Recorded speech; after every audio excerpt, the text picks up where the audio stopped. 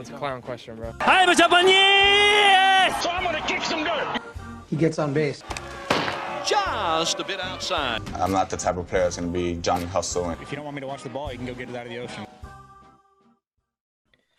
And welcome to Above Replacement Radio, where we're talking baseball kind of whenever. I'm your host, Chris Gianta. Over there on the other side of the screen is Daniel Kern. How you doing, Daniel? Chris, this is our first show, our first news show post Hall of Fame election. We obviously had a lot of coverage on that, and feels like now I'm ready to get going and started on the new season. Yeah, yeah, it does feel that way. Depending what happens with the labor negotiations 2.0. Yeah, for sure. So far, it looks like opening day will be April 1st. I know there's some weird complications with Arizona's spring training, but I mean, that should work itself out. Yeah, hopefully. But, so far, so good. All the other leagues are playing as of now, so, there's not really an argument against them playing right now. So that's a very good thing. And, yeah, we're about a month away from doing, our division previews. Scary. So, yeah, that will be fun to do. That'll be fun coming up on them previews, and hopefully nothing gets in the way of the start of the season this year. A lot of team storylines were majorly impacted by the events of this past week. What the events of this past week? Yeah. I mean, the news that we're going to talk about just in general. Oh yeah. Yeah. We have, luckily, because a lot of the bubble, the weeks in which we, went over the bubble cases, there wasn't a lot of surrounding news to fill up, like an hour, but we have the news this week to talk about. A lot of major league transactions. The first thing we'll address today, two big signings, one definitely bigger than the other, but two major players in Philadelphia will be staying in Philadelphia. JT Realmuto signed a 5-year, $115.5 million deal to stay in Philadelphia, and Didi Gregorius signed a 2-year, $28 million deal to also stay with the Phillies. So it's looking like the Phillies are holding true to their current, situation. Yeah, I mean, we said this with Didi Gregorius, and I'll say the same thing with JT Realmuto. This move had to be made. There's no question about it. The Phillies, they've kind of been in some weird news this offseason, starting with the reports that they were shopping Zach Wheeler, and that obviously gave off the impression that they weren't going for it in 2021, just 2 years after they brought in Bryce Harper on a massive contract. And this says that they are still going for it, which they have to be. And, there's not much of a takeaway from this move other than the Phillies did what they needed to do. It honestly isn't. I think Realmuto was sort of the Phillies, despite all the hurrah over Realmuto being on the free agent market, the Phillies were still kind of the favorite to keep Realmuto. And yeah, I think it definitely ensures that, there's nothing drastic that's going to be changing in Philadelphia anytime soon. They'll still be trying to compete the same way they have been for the past couple of years. And nothing really to panic about in Philadelphia. It's just, really about building the surrounding pieces that have failed them in the past, which is, the bullpen, especially the starting rotation behind Nola and Wheeler, and then some of the players in the lineup outside of Harper, Segura, Gregorius, Realmuto, McCutchen, and others. There's some holes in that lineup. So they have some work to do, but they they made their biggest move. They did the thing that was, highest on their checklist. Yeah. Sure. The Phillies, I mean, you could argue there's a different thing that was highest on the checklist, and they've addressed that too, and that's the bullpen.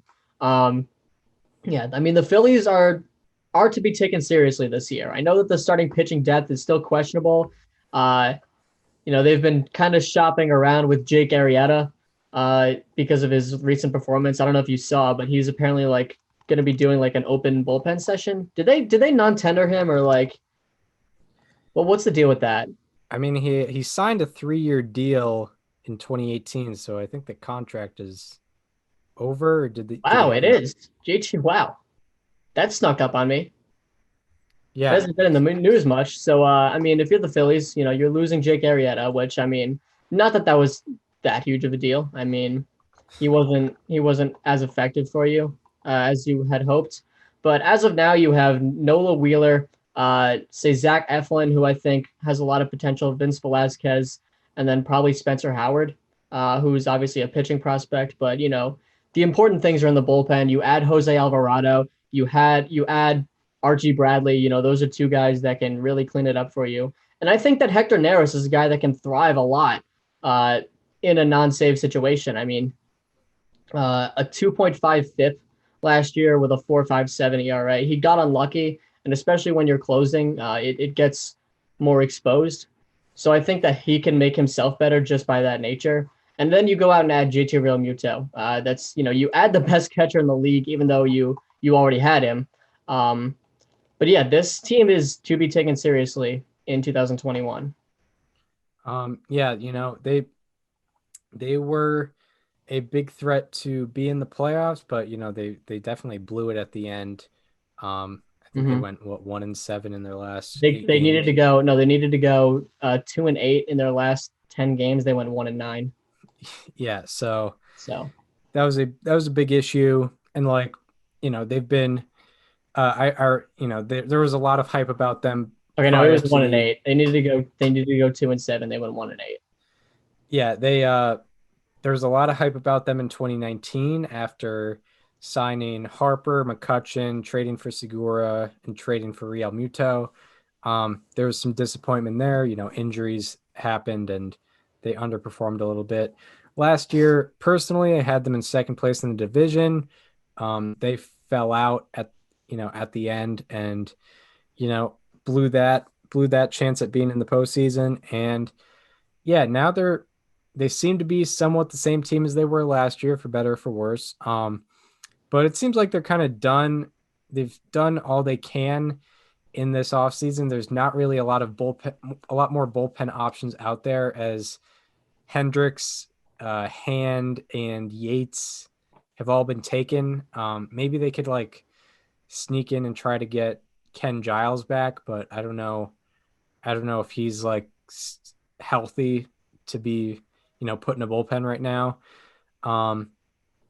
So yeah, it seems like, yeah, the Phillies checklist for the offseason is kind of, they've done what they needed to do. Yeah. And if I were a Phillies fan, the only thing I may be upset by is they didn't get very high profile bullpen pieces, but they did improve upon their bullpen altogether. You got to consider that next year you're going to have a full season of Alec Baum. People forget how good this guy was in 2020. If anything, I'd say hope for maybe some more slugging. His slash line was 338, 400, 481, 881. Obviously that's going to smoothen out over time. He only had 180 plate appearances, but a lot of encouragement from the offensive side there. He hit 4 home runs, walked 16 times in just 180 plate appearances, like I said. So the walks seem to be good, but certainly hoping to spray the ball more is the only thing I'd say. Yeah, that infield seems pretty taken care of. You've got Bohm at third base, Gregorius at short, Segura seems to be comfortable at second base, and you got Rhys Hoskins at first. And you have Mickey Moniak too, who can possibly get an outfield spot. He was the number 1 overall pick for them in 2016. And he came up, struggled last year at age 22, but he can definitely improve. He should definitely improve next year. And by the end of the year, he could be your starting center fielder because on Baseball Reference, your outfield was listed as McCutchen, Roman Quinn, and Bryce Harper. So there's an obvious hole right there, and that's where Mickey Moniak could probably fill in. Yeah, very, very possibly so. Yeah, and like the Scott Kingery project isn't really working out, Yeah. but Well, I mean, you signed him to an extension before he suited up, so you're gonna need that to work. yeah.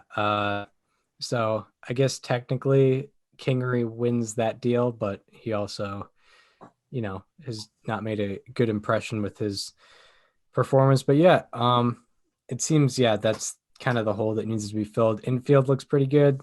Mhm. Obviously, you just got your catcher.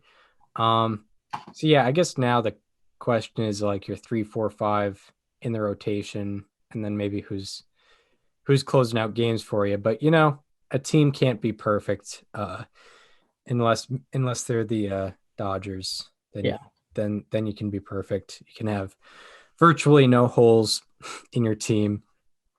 But yeah, that's anything more on the Philadelphia Phillies? Yeah, I mean, Dave Dombrowski came in and did what Dave Dombrowski does. You need a catcher. Here's the number one catcher on the market in the game. Never mind. So yeah, I mean, that's big. I mean, I said it when he was hired. This team has the looks of a Dombrowski team. Big contracts to guys like Segura, Harper, Wheeler, and then Realmuto, but then no bullpen. So this is about par for the course from what Dave Dombrowski has managed with throughout his executive career. Yeah, and he hasn't had to trade any prospects as of yet. Just signing big deals now. So that's always a good thing to go over. But yeah, I guess I don't know. There were some rumors about the Phillies, but they seem to be pretty untrue, especially now about their financial situation possibly being bad. But they seem very untrue now that we've seen 2 big deals like that.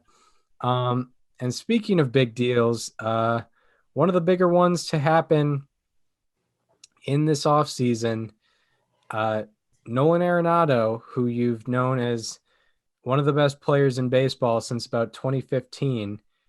In fact, I looked it up. Since 2015, his B-WAR only trails Mike Trout and Mookie Betts. So that's the type of caliber player we're talking about. This man, Nolan Arenado, is being traded to the St. Louis Cardinals for some prospects. And, it's one of those things where, a guy with a big contract gets traded over. So the prospect haul isn't crazy because it's sort of like a free agent signing because there's so much money being doled out. But he is going to the St. Louis Cardinals. The National League Central has finally decided that, one of the teams in the Central has decided to improve upon themselves. So great news for the Cardinals. Yeah, I mean, the NL Central looked like it could have been a tank division this year, but looks like someone cares a little bit about making the team better, and that is the St. Louis Cardinals here. I don't know off the top of my head if this puts them over the top as NL Central favorites, but it certainly makes their team much better. As for the Rockies, Jeff Bridich, you should be ashamed of yourself, man. That was real ugly how you turned that situation that seemed like you did the right thing. That is the Rockies GM, Chris, who had multiple feuds with Nolan and basically ran him out of town. What exactly was the feud? Let me look at specifics, but he called him out multiple times. Let me see here.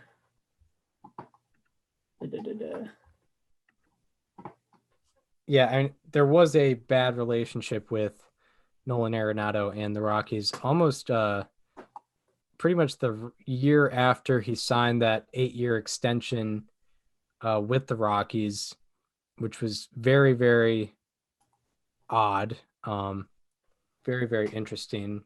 Didn't really make a lot of sense.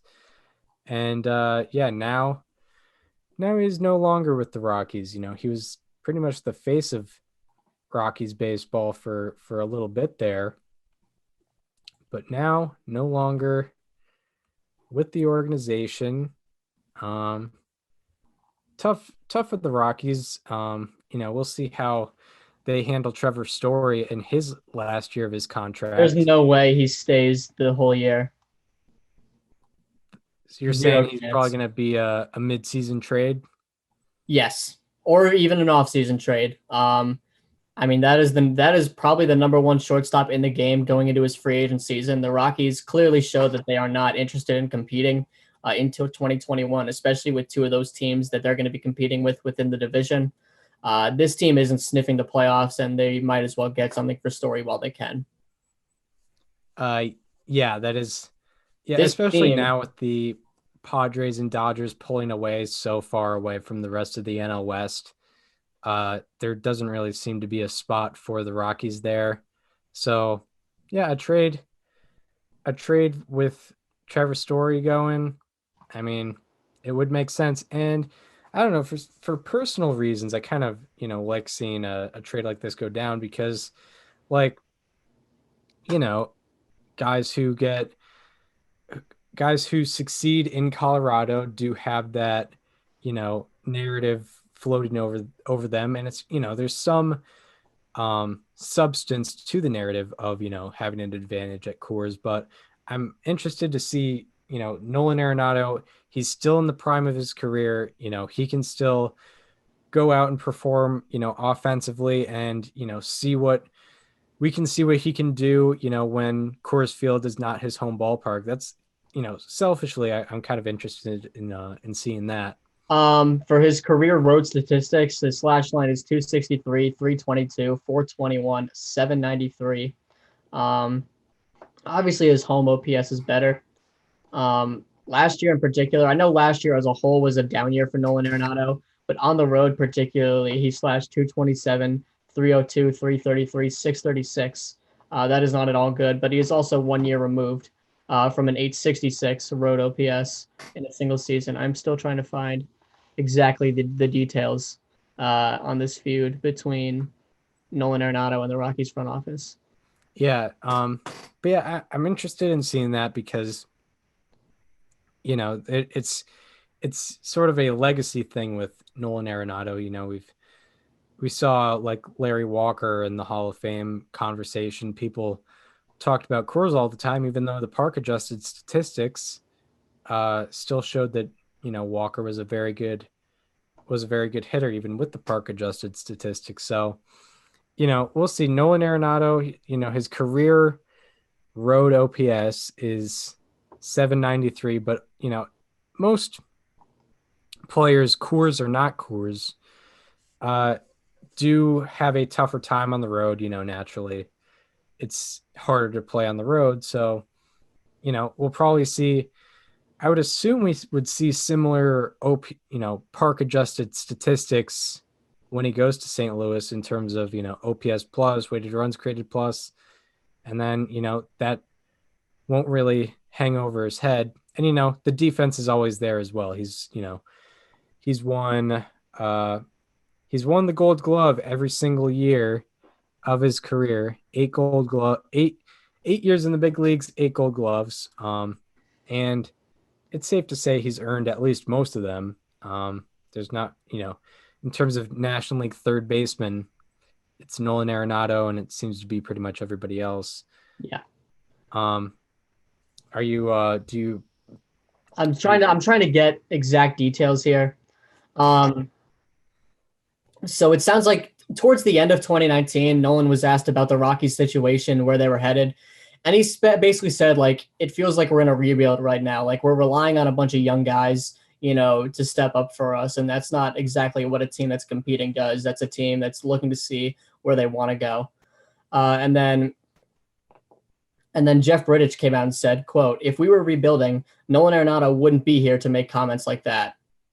And then months later, trade rumors with Nolan Arenado. So I mean, they've made it so. I mean, they sort of denied the idea that they were rebuilding with the preface that, well, if we were rebuilding, why is Nolan Arenado here? And then months later, hey, let's try to get Nolan Arenado out of here. So that obviously isn't good. And then on February 14th, Valentine's Day of 2020, Nolan Arenado told Tim Brown of Yahoo Sports, quote, "To be honest with you, there is a disconnect right now, right? There's a little bit of a disconnect, but that doesn't mean that I'm not going to go out there and play hard for my teammates or be a negative presence in the locker room. That's just not me." So I guess we can't really see exactly what's going on behind closed doors, but it really sounds like Nolan was upset with the Rockies' direction, and the Rockies denied any sort of wrongdoing in that front. That's pretty much what it seems like. Yeah. For the most part.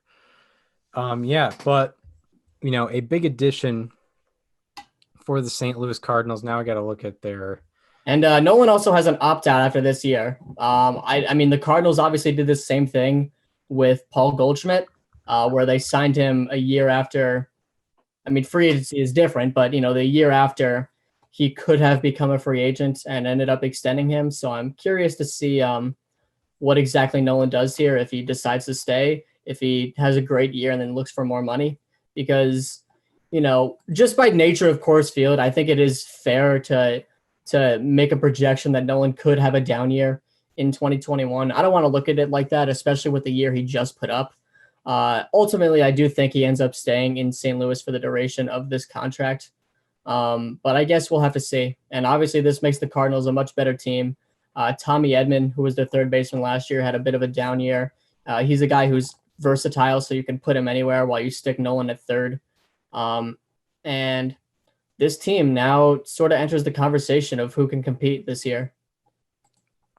Yeah, for sure. Especially in, every team in the National League Central except the Pirates seem to be in contention for leader in the NL Central. And I would say that, I think a move like this makes them the outright favorites to win the National League Central. I mean, looking at the rest of the National League Central, you have the Cubs who just traded their best pitcher, a guy who, if they didn't have him, it's a question. There's probably a good question of whether they would have won the division last year in Yu Darvish, who was spectacular, finished second in the Cy Young vote. So, obviously they're not in the business of competing. They also, non-tendered Kyle Schwarber. And then the Reds are losing the actual Cy Young winner in Trevor Bauer, who helped them out tremendously last year. And even they, I know 60-game season, they only finished 2 games above 500 last year. And just like the Cardinals did in their 58 games. And who else? The Brewers. The Brewers, I'd say, might be the biggest threat to them in this division. Because you got to go over the assumption that Christian Yelich is going to return to peak form next year. I don't think what we saw last year out of him is what to expect. You also have the age 24 season of Keston Hiura that's expected to become a big thing. This is a team that's honestly just really, really top heavy. They have 2 bats particularly who can really perform for them in those 2. The rotation is top heavy with Woodruff and Burns. And then the bullpen, pending a Hader trade, is top heavy with Williams and Hader, and even guys like Suter and Yardley, who had some big years last year. The bullpen is probably the most underrated part of the entire division, you could say. The Brewers, I think you honestly could make a fair case that they could be the biggest threat to the Cardinals this year, and maybe the Reds. And it relies heavily on Christian Yelich's performance. But I mean, are we really going to expect him to hit 205 next year? No, of course we're not. Yeah, and even with the 205 average last year, he still had on a 111 OPS plus. 111 OPS plus. He was still above average, even in a down year. He was above average. That's how you can tell. People forget he literally had an 1100 OPS in 2019. Obviously, he did get hurt towards the end of the season there, but you're still you're still looking at probably a top 5 bat in the entire league in this lineup that has the potential to take over and carry them wherever he wants to, because he's done that before. Yeah, I guess the Brewers are the closest to the Cardinals in sort of star power and maybe in being a, quote unquote complete team. Complete team also doesn't necessarily mean best team. Like the Cubs you might categorize as a complete team, but I'm not exactly sure. I mean, if you're the Cardinals, obviously bringing in Nolan helps a lot, but you're going to need to rely on a lot of guys to step up. Like Nolan and Paul Goldschmidt, sure. Like that's good. You're losing Colton Wong. Paul DeYoung had a down year last year, and I think he had a down year in 2019 too. I want to say that is fact. I mean, he was below average OPS plus wise, probably weighted runs created plus wise as well. Harrison Bader has been okay on offense at best. Tyler O'Neill. I don't know how many people in this Cardinals lineup do I really see like outperforming what they've done for that of their entire careers. Like Tommy Edman, maybe. Tyler O'Neill, maybe. But I think it is a lot of maybes. You also need Dylan Carlson to step up. He's only going to be 22 this year. But you also do have Jack Flaherty, and I think he's going to return to 2019 second half form. Yeah, like the Cardinals offense hasn't gotten them to the places that hasn't gotten them to the places they've gone in 2019 and 2020. It's really been their pitching. Jack Flaherty, he had a bad 40 innings last year, but it was 40 innings. He had one of the greatest. And he was great in the one playoff game. Yeah, he did. And, had one of the greatest second halves ever in baseball history in 2019. And was also great in 2018. Yeah, he was. He was very good in 2018. They just re-signed Adam Wainwright, who, despite him heading into his age 39 season, is still a productive pitcher. Dakota Hudson, I'm looking at, like, he's been able to do well with good luck, and like, I don't know, it may be able to be sustainable because he had what would be considered a lucky season in both 2019 and 2020. So maybe it's not really all that lucky. And Kwang Young Kim was amazing last year. But it was only in 39 innings, and he gets very lucky. 39 innings, a 1.62 ERA. And that bullpen's pretty good as well. You got Gallegos. Is Andrew Miller still on the team, or is he a free agent? You want to check that. When does Jordan Hicks come back too? I think he got TJ. He got Tommy John in like summer 2019, I think. I want to say that was it. So I think he might come back next year. We'll have to see if he Andrew Miller's one more year of control, by the way. Yeah, we'll have to see what he can continue to do. Now I get a look at Mr. Wang Young Kim's Wang what's his name? Hwang Young Kim. Hwang Young Kim. I gotta look at his Savant page, Yeah, of course. Give a nice fair assessment. Kwang. Kwang. They also need Dakota Hudson to actually he kind of did stop walking people this year. He still had a FIP that was far above his ERA. But his walks per nine did go from 4.4 to 3.5. We'll have to see if that could last. Yeah. Kim did get lucky. Yeah, that's very true. Yes. But Flaherty at the top. Wainwright was good. What's the deal with Miles Michaelis? Did he opt out last year? Because I don't see him anywhere. He may have. I mean, regardless, I don't really see him being a factor in the new year. Because I mean, he's under control though. Signed through 2023. Wow. Yeah, he did sign something before, like 2020 spring training before the outbreak happened, and he had a great He had a great How 2018. funny is this? He led the league in wins in 2018, then led the league in losses in 2019. Classic Porcello.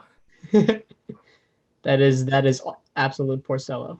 That's what you call the Porcello Classic. You know, Yeah, wins and losses.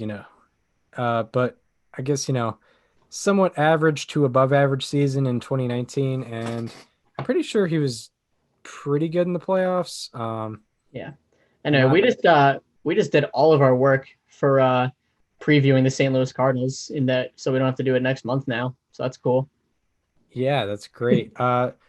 Yeah, in the playoffs, Miles Michaelis, 12 innings, 2 earned runs allowed, 2 runs allowed as well.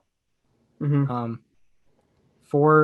9 strikeouts, 4 walks, no home runs. So I don't know how that would translate in FIP. Right. But yeah, 1.5 career postseason ERA. What a stopper. Yeah. So he may have opted out last year, and he may be coming back this year, but we'll see. So he's another arm that they have in the starting rotation. That's right. So yeah, is that all we got on the Cardinals and Nolan Arenado? Yeah, that seems to be the case. I guess one last thing I'll say is, Matt Carpenter is definitely declining, and that was their third baseman. So in terms of a third base upgrade, this is the best one you could have had, and it's a pretty drastic upgrade for sure. This makes their team much better. Very much so. I was thinking that the NL Central winner this year would have 85 wins.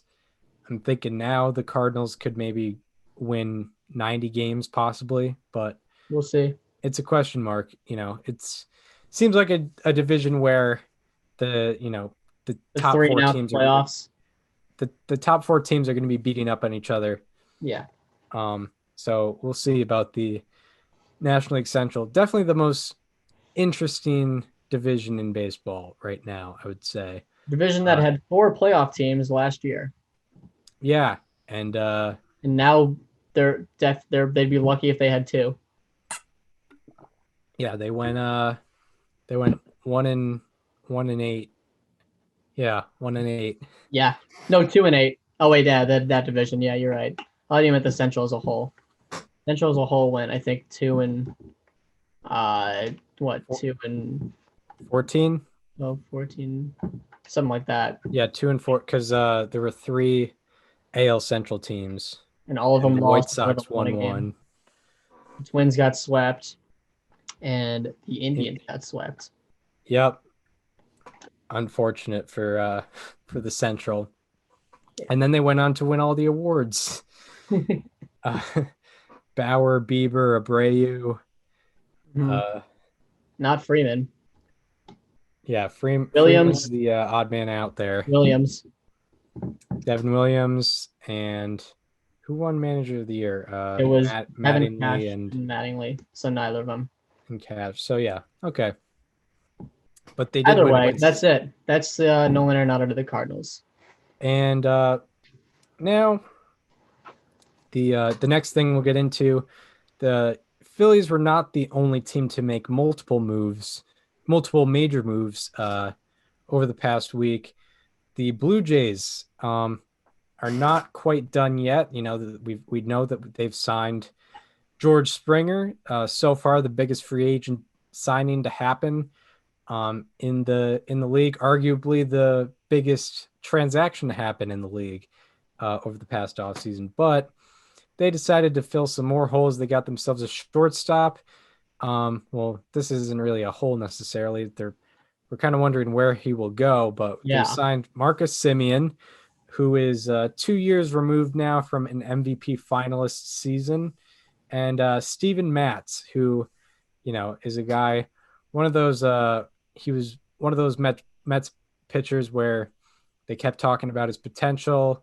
He got injured a few times. He had some okay seasons, and now he's going to be in a different uniform. So he's going to the Blue Jays. What are we thinking about these 2 moves that they made?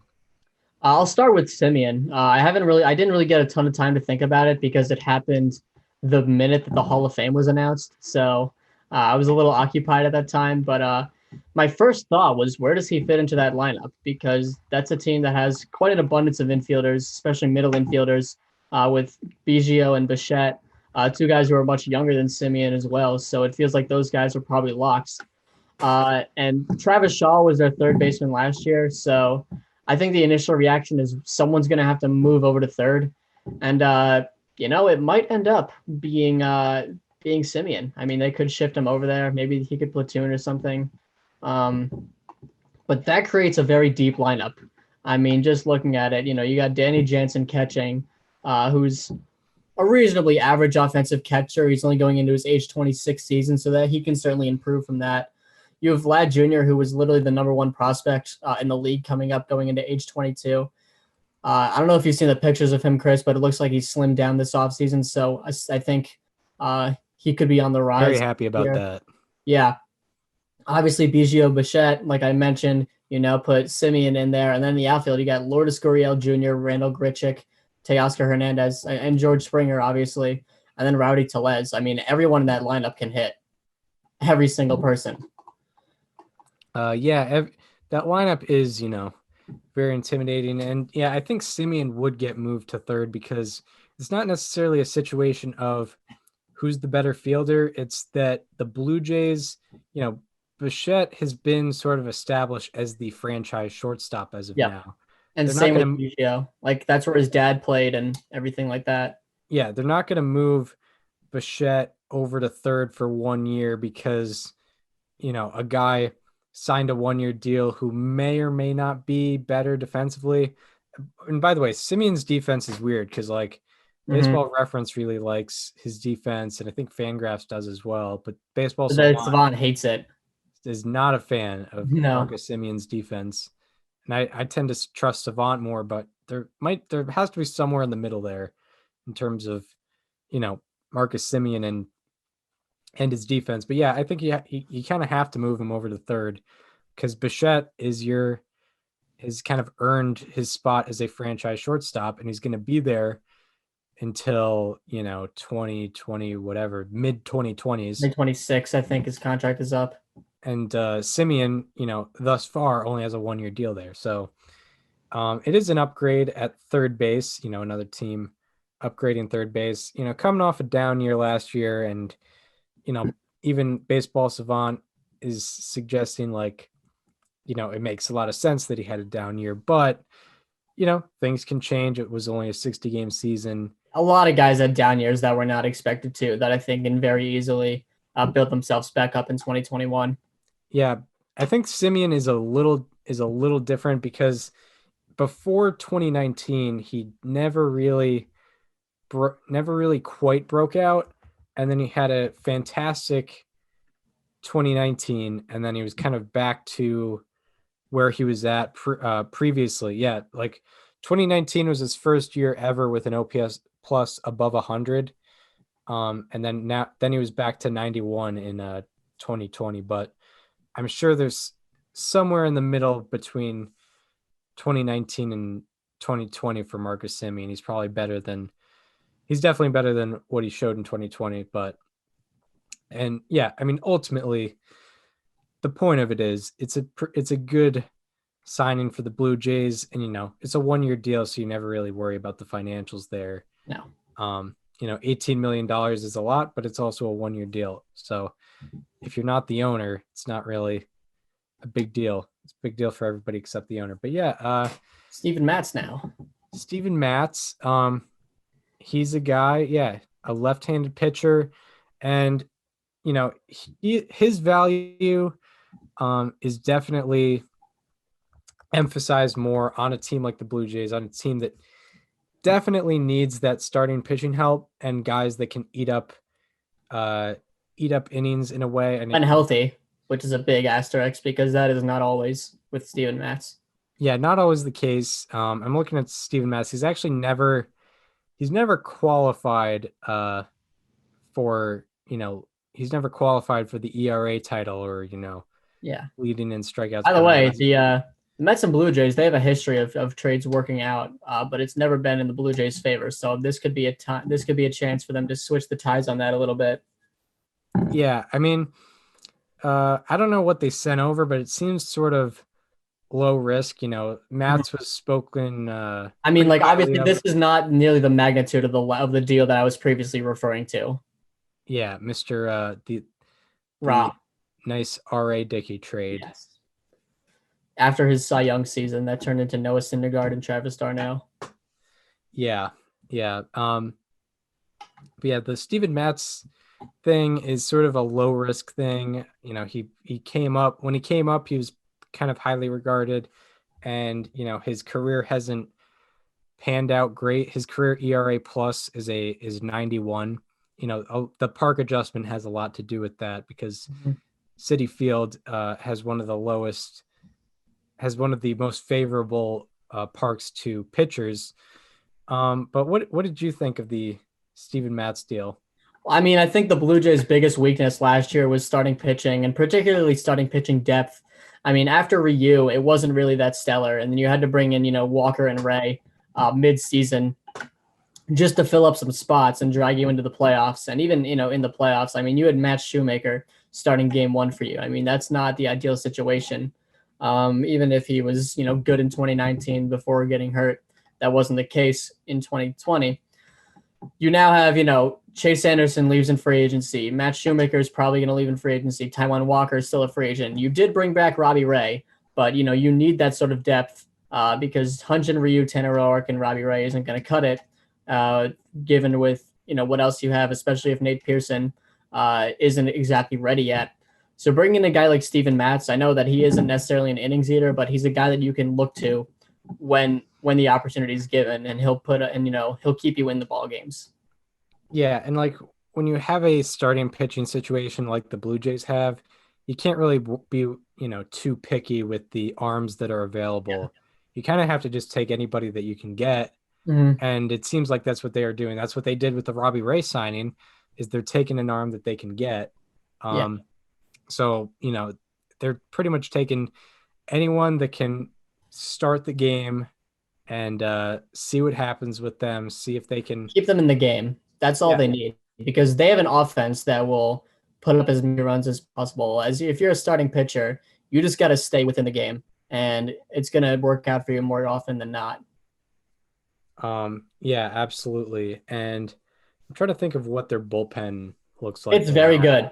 They have a lot of under the radar guys. Jordan Romano last year, a 1.23 ERA and only 14 innings pitched, but still we're running with it. Rafael Dolis, a 1.50 and 24 innings pitched. AJ Cole, a 3.09 and 23 and a third.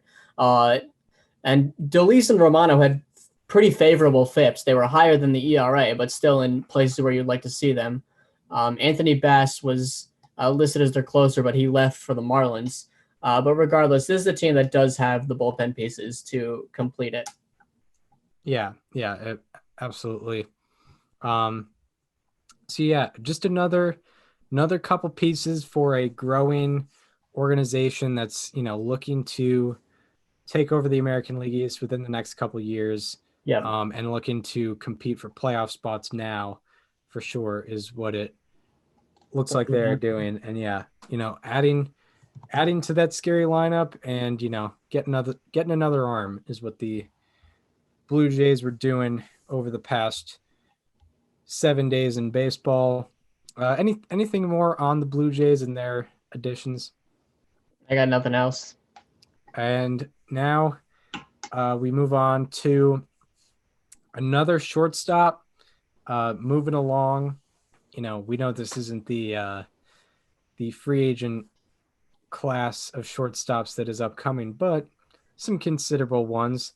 One that has a place in my heart, Andrelton Simmons, is going to be signing with the. Why don't you go ahead on this one? With the Minnesota Twins. And Andrelton Simmons, he's had one of the more interesting careers out of anyone in baseball. I mean, he has had some of the best defensive seasons of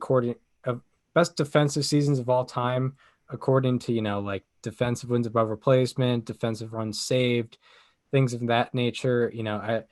His best defensive seasons kind of happened before outs above average for infielders was a thing, which is kind of unfortunate. Or actually, there might be some stuff on it, but the guy accumulates wins above replacement like an absolute madman, especially Baseball Reference wins above replacement, and he's gotten MVP votes in 3 separate years in his career. And what else? What else is here? Leaderboards, awards, and honors. And he's finished top 10 in wins above replacement 3 times in his career: 2013, 2017, 2018. But as of late, he's had trouble coming out. He's had trouble staying on the field. As of late, he only played 103 games in 2019, and he only played 30 out of these 60 games in 2020, and his numbers went down as well. So there was a correlation in performance and health. But when healthy, you're looking at a somewhat elite baseball player in Andrelton Simmons. And, he's not someone that's going to blow you away with the offense. He's had only 2 qualifying seasons with an OPS plus above 100, but his career OPS plus is 91. And then when you take into consideration him being potentially the best defensive shortstop in the game, that's a very valuable guy to have. And I think the Twins noticed it. They signed him for $10.5 million. A guy who hasn't played a full season since 2018. So, yeah, I mean, that's kind of the Andrelton Simmons situation. And you kind of have to keep an eye on this guy because he might surprise you and sneak up in the top 5 in wins above replacement if you aren't paying it close enough attention. Yeah. I guess my question is, where does he fit here? I mean, obviously he goes to shortstop. Do they move Jorge Polanco to DH because Nelson Cruz is leaving? Do they put him at second and then put Luis Arias at DH? I don't really know how they're going to handle that. But the Twins are certainly a team. I know that they still won the division, but it feels like a lot of their team regressed last year. Max Kepler had a down year. Eddie Rosario, who we'll talk about in a little bit, had kind of stayed stagnant. Jorge Polanco, Luis Arias, Mitch Garver, they all had down years. Byron Buxton was the one guy, along with Kenta Maeda, who really showed up. But Simmons, I think, is a guy who's poised to have a much better 2021 than he did 2020. And the Twins are probably looking up at the White Sox right now. So they're going to need guys like Simmons to try and compete for that division and hopefully break the playoff curse. Yeah, and an update on his on his defensive ability. This is how good Simmons was. So Simmons played only 103 out of 162 games in 2019, but he was still 4th among all fielders in outs above average. That's a count statistic. That's not a rate statistic. Mm-hmm. So he was able to accumulate that many outs above average despite playing 30 games. 2/3 of the season. He literally opted out of the season in like the last week. I'm talking about 2019. Where he played 103 out of 162 games. But, he is an absolutely elite defender and, near average offensive production. He can also steal a base for you if you need him to. I mean, he's had he's had 4 years with 10 plus stolen bases, which, not elite, but, a guy who can run the bases. So, I think this should work out with the Twins. He's going to be playing shortstop. Polanco, where did you say Polanco is probably going to move? He could move to DH because Cruz is leaving. He could move to second and then put Arias at DH. But either way, there's no way they put anyone that's not Andrelton Simmons at the shortstop position. So they're going to need to move some things around. Yeah, and Polanco, it's kind of questionable, if how legitimate his 2019 season was. He kind of faded off towards the end. He didn't have a great year last year. Yep. So Simmons is probably ultimately an upgrade over him. But yeah, I mean, I enjoy I enjoy the move by the Minnesota Twins. You know, they're losing more than they're gaining so far this offseason. They're probably going to lose Cruz. They lost Eddie Rosario, who we're going to get into. They non-tendered him.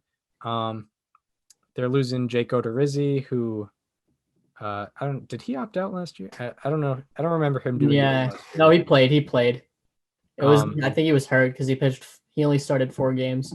Yeah, so wasn't much of an impact last year, but the Twins, the White Sox have formed themselves as the AL Central favorites, but this is a move the Twins are making to sort of compete for the wild card spot. And I'm not saying that it's a guarantee that the White Sox are gonna win the division, but it puts them ahead. It puts them ahead.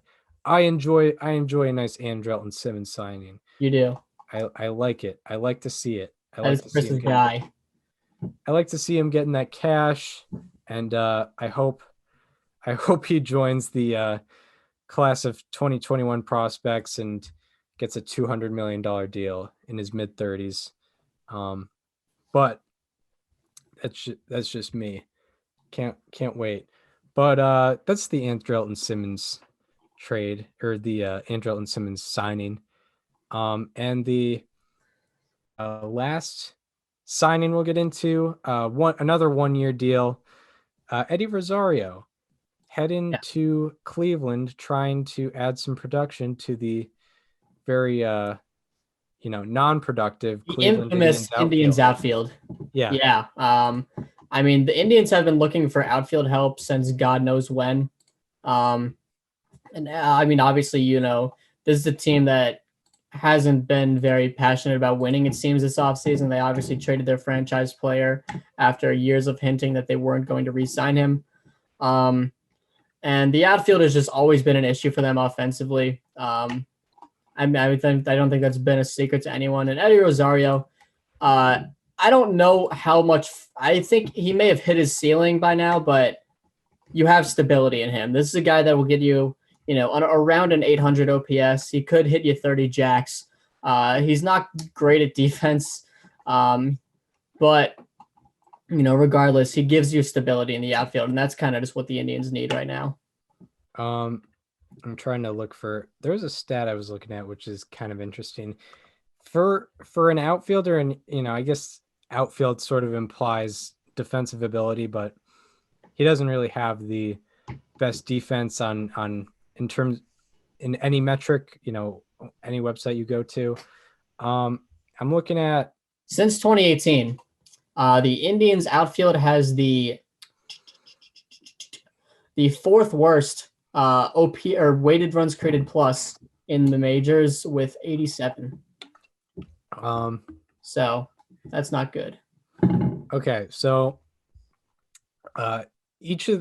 since 2017, Eddie Rosario has had an OPS plus of at least 107 every single year, and he's qualified for like the batting title every single year.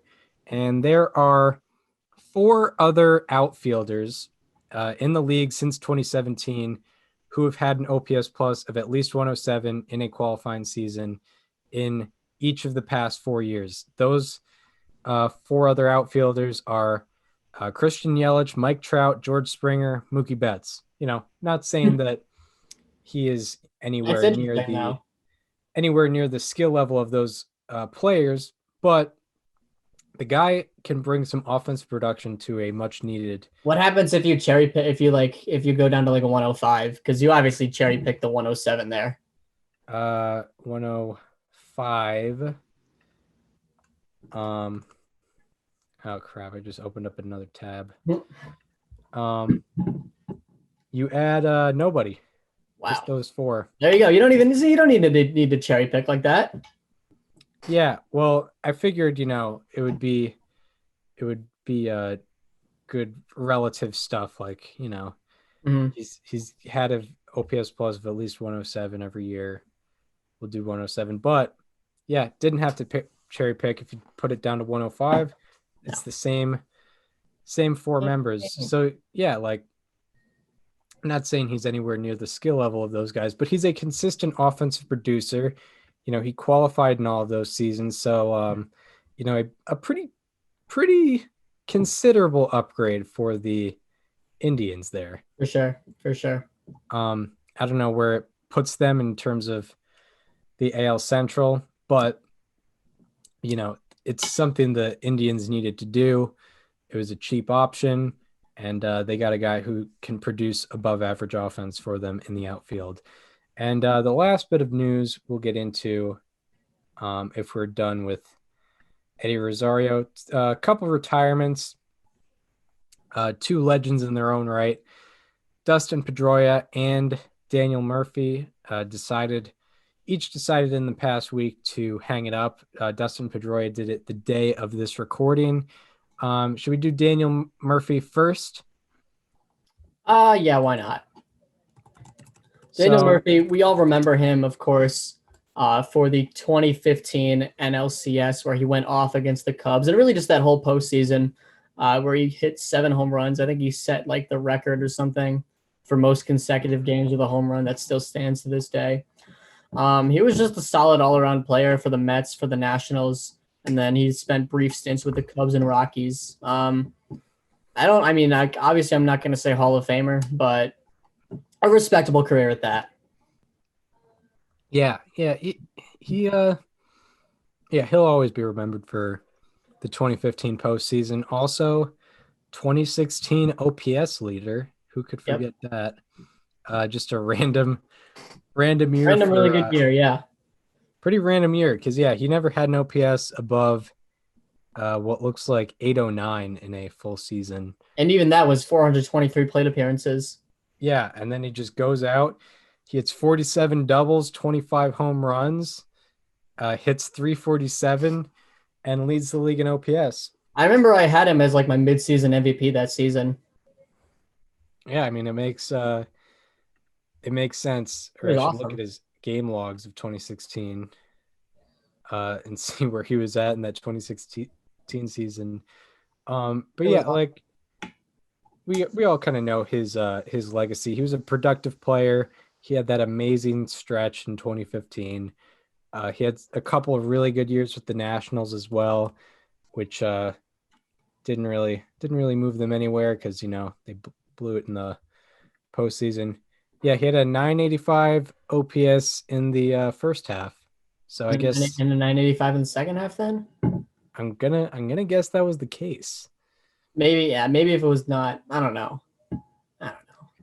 But hey, he was very good in that 2016 season, and then of course, definitely bigger in our hearts, and bigger in the baseball community. Even though the guy hasn't played really since 2017, Dustin Pedroia has finally put an end to his career. A brief career, but a great career in the 11 years where he was really producing. And he was definitely one of my favorite players. And he was my favorite player of all time for sure. He was in the very bedroom that you see behind me. If you're on YouTube, Dustin Pedroia was the poster on the wall. And actually, I have it. It's right there off camera. He was my favorite player of all time growing up. He inspired a lot of people to play baseball at the intensity that he did. He came up 5'9", being told he was too small, that he couldn't do it. And what did he do? He produced for 11 seasons, and he played at such an intensity that, it literally came to knee replacement surgery. Like, this guy gave his knee for the game of baseball. That's all I need to say. Yeah, and he was, every time he was at, enough health, he was playing for the Red Sox. And one of the, a pretty underrated defender. The guy won 3 Gold Gloves, over 14 defensive wins above replacement. Just a great all-around player. He could hit for average.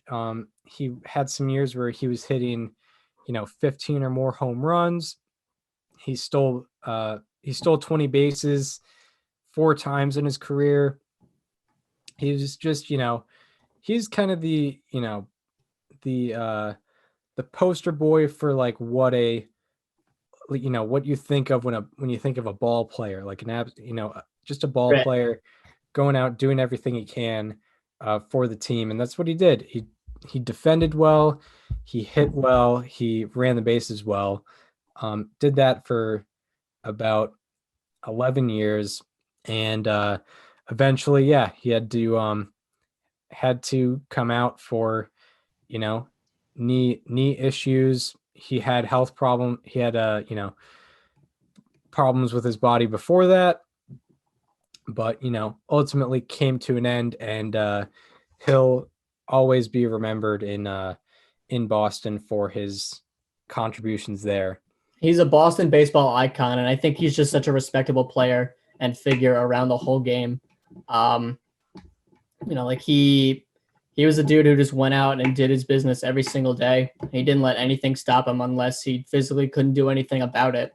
And I mean, just to reiterate a last point, like it literally took him knee replacement surgery to get him off the field. Like that's how willing this dude was to go out there and play every single day. Yeah, and a big part of 2 World Series championships as well is the last thing I guess you can say there. But big props to Thank you, Dustin Pedroia's career. A big part of Red Sox Nation, as you would call it. And we hope you enjoyed this episode of Above Replacement Radio. If you're listening on Apple Podcasts or Spotify and want to watch the conversation flow, go to our YouTube channel and subscribe to our YouTube channel. It is called Above Replacement Radio. And follow us on social media. Follow me on Twitter at Chris_Gianta. Follow Daniel on both Twitter and Instagram at Daniel_Curran. And follow our show Instagram at Above Replacement Radio for all the latest updates on the show. And if you, we hope you enjoyed this news episode, and we hope to see you on Thursday, where we're going to be talking about Tom Seaver, and on Friday, where we are going to be talking about the 2007 Colorado Rockies. See you then.